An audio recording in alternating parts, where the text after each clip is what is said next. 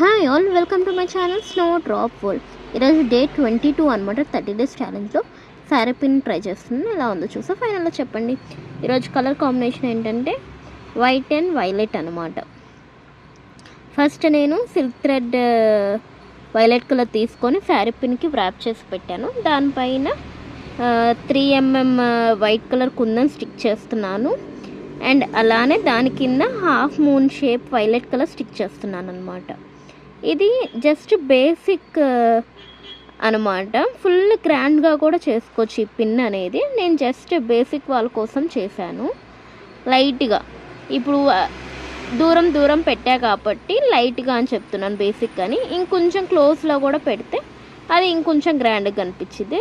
Just అందరూ ఇలా try చేయగలరు అని చెప్పి ఇలా ట్రై చేస్తున్నాను.